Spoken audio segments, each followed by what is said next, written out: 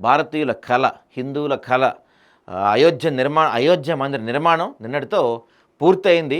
గతంలో ఎప్పుడైతే Ayodhya temple open చేశారో అప్పుడు ఇంకా పూర్తిగా టెంపుల్ పూర్తి అవ్వలేదు, కొంతవరకే పూర్తయింది. అప్పుడు ఓపెన్ చేశారు. ఇప్పుడు మొత్తం అంటే ఇంకా కన్స్ట్రక్షన్ పార్ట్ మొత్తం పూర్తి అయిపోయింది.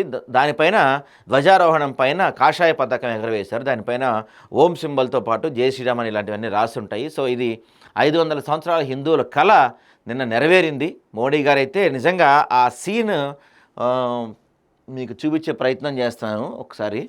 నిజంగా ఎంత భక్తి ఉందో మోడీలో, ఎంత ఆయన దాన్ని ఏమంటారు, ఒక గూస్ బిమ్స్ మూమెంట్ అంటారు కదా, ఆ మూమెంట్ నిన్న కనపడింది మోడీ గారిలో. ఆయన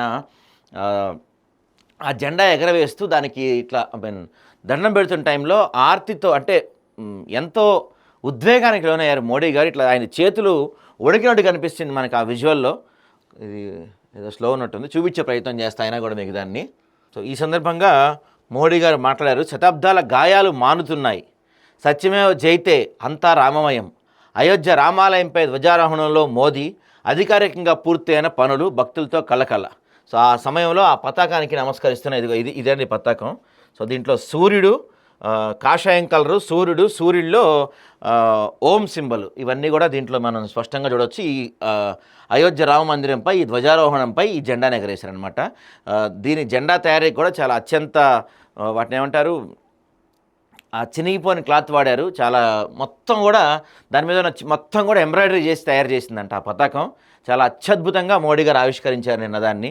నిజంగా నిన్న విజువల్ చూసిన వాళ్ళందరి కళ్ళల్లో నీళ్లు కనపడినాయి. టీవీల్లో కావచ్చు, యూట్యూబ్లో కావచ్చు, రకరకాల మాధ్యమాలు చూసిన వాళ్ళందరి కళ్ళల్లో కూడా కన్నీళ్లు కనిపించాయి నిన్న. శతాబ్దాలుగా కలిగిన గాయాలు, నొప్పులు ఇప్పుడు తీరాయని, 500 ఏళ్ల క్రితం నాటి సంకల్పం పూర్తి స్థాయిలో సాకారమైందని ప్రధాని మోడీ పేర్కొన్నారు.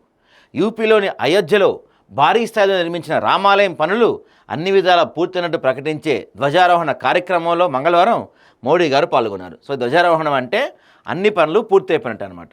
దాంతోపాటు రాముల వారికి పట్టు వస్త్రాలు సమర్పించారు నిన్న మోడీ గారు. చూడండి ఇమేజ్ ఎంత బాగుందో, రాముల వారు వీళ్ళంతా పట్టు వస్త్రాల్లో. యూపీలోని అయోధ్య రామాలయంలో రాముడు మంగళవారం ధర్మవరం పట్టు వస్త్రాలు దర్శనమిచ్చాడంటే, ధర్మవరం అంట మనవే. సో రామాయ మందిర శిఖరంపై ధ్వజారోహణ సందర్భంగా గర్భగుడిలోని దేవతామూర్తులు, అన్ని విగ్రహాలు ధర్మవరం పట్టుతో మెరిసిపోయాయి. ధర్మవరానికి చెందిన పట్టుచీరల వ్యాపారి జింకా రామాంజనేయులు ప్రత్యేకంగా నేయించి నెల రోజుల క్రితం అయోధ్య రామాలయ కమిటీ ప్రతినిధులకు వీటిని అందజేశారు. ప్రత్యేక డిజైన్లతో చేనేత మగ్గాలపై వీటిని రూపొందించినట్టుగా రామాంజనేయులు పేర్కొన్నారు. సో ఇవన్నీ మన దగ్గర నుంచి వెళ్ళినవి, మొత్తం ఇవన్నీ కూడా పట్టు వస్త్రాలంట.